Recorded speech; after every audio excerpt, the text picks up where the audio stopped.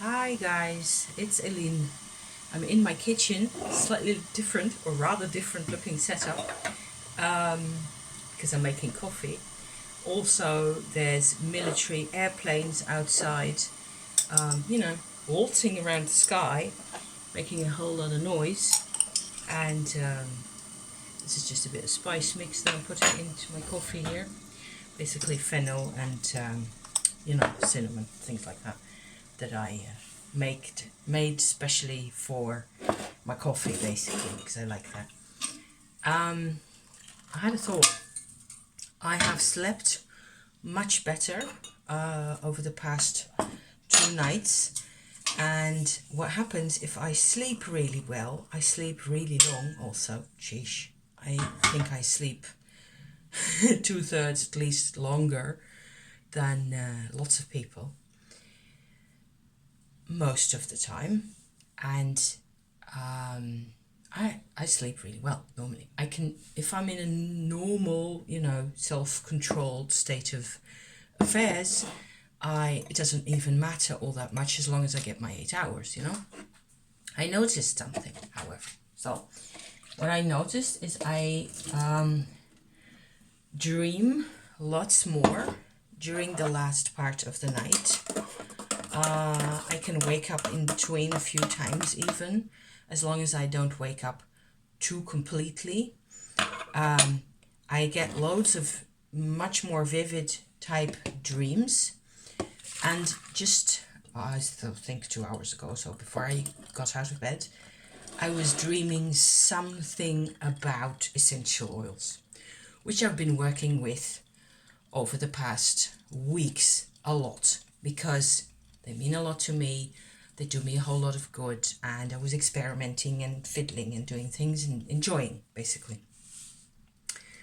So I was wondering, actually for quite a bit of the time that I've been awake, why do I need to dream about essential oils when I've been like in full contact with that part of my life, with my cabinet and with my things and my making of doodles and things, with that. Why do I have to dream? Why do I have to go to all this length, have several other dreams before and that I don't really remember anything about?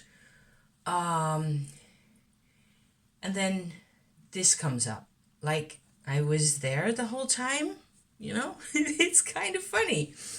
So I thought, how about there is a part of me that just doesn't keep up?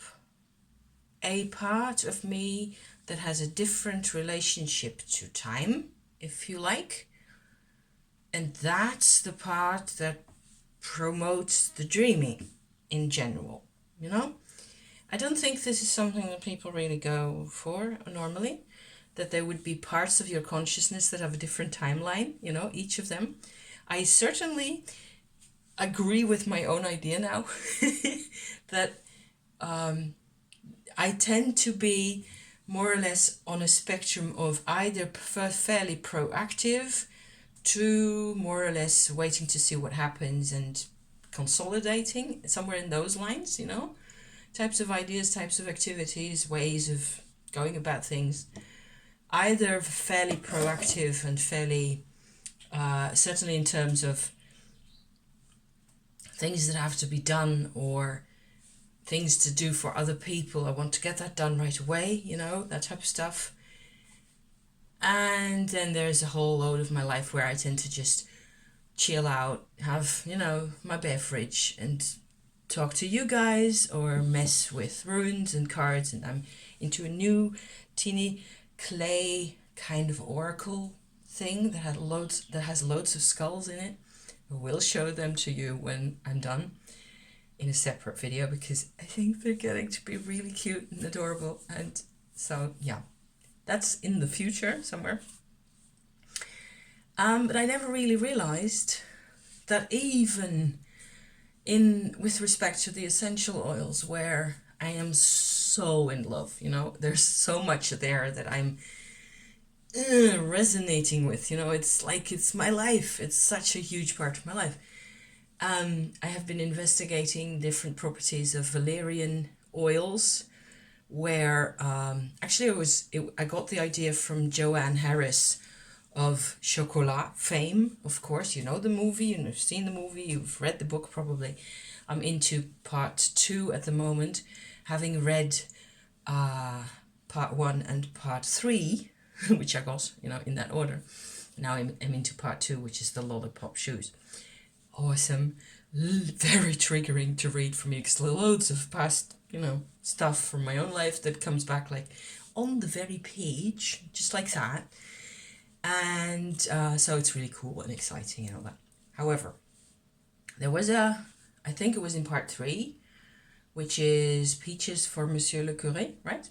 That she says at one point that they made cocoa with valerian, lavender, and cardamom. So, of course, the aromatherapist inside me went like, I know that, I can do that, because I've got those things. And so next, I don't know, Saturday evening, I think, we went ahead and made some of that in a fairly hefty dosage. Oh my God. I mean, I have valerian roots, right?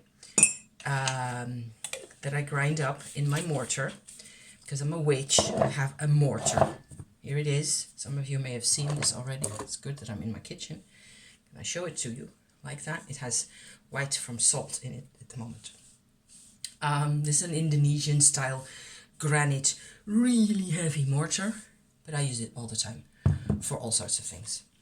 And so this case I used it for the valerian roots, ground that up for quite a while because they're really hard and woodsy. Put in lavender, flowers, and then cardamom I had actually in a really fresh ground powder shape from the shop, so I just had to add that also in like, I don't know, 3s in 1/3, I actually added a pinch of nutmeg to the whole thing because I felt that was a good idea.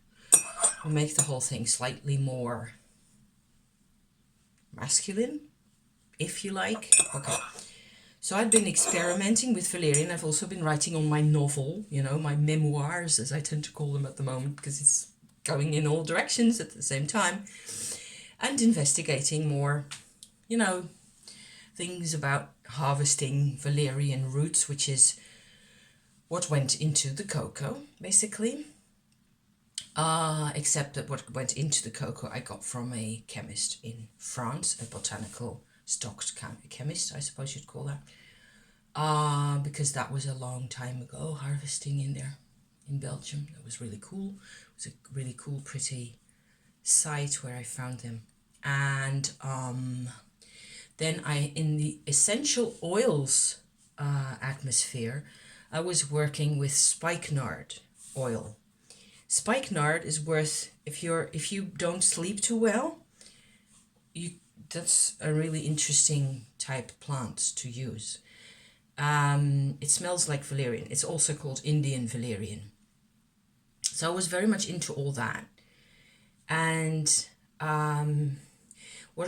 so it's because I'm so connected to all this stuff, that's why I'm telling you about this, that I found it really striking that I have to then go after a couple of nights recuperating from having slept badly because of my cats and all sorts of other things going on, and stress, basically. I then, in the end, dream about this stuff again. Why do I need to dream about it if I've been like balls to the metal type involved in that? And my explanation, such as it is for that, is that there's really a part inside of me that just doesn't keep up with what you see here. And it's a lot slower. And if it gets a chance to dream about it, that's why I feel so much better after having dreamed things like that. Doesn't matter what it is, necessarily. It's just that I have to sort of pay respect, if you like, to that part of me that's always there, always tagging along, always last in the line. What part of me? I don't know. Some kind of instinctual, visceral part. something inside my body, I think, that just tries very hard to always, keep up and be a part of things. So I thought that might be this kind of thought might actually, it suits what I do on this channel anyway. Thank you for watching. Gonna have me coffee now. It's still nice and hot.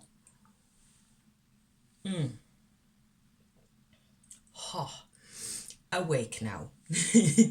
Thank you, and see you soon. Okay, maybe I can have my little scully things ready by then. Skulls. It's got skulls in the summer. What's not to love?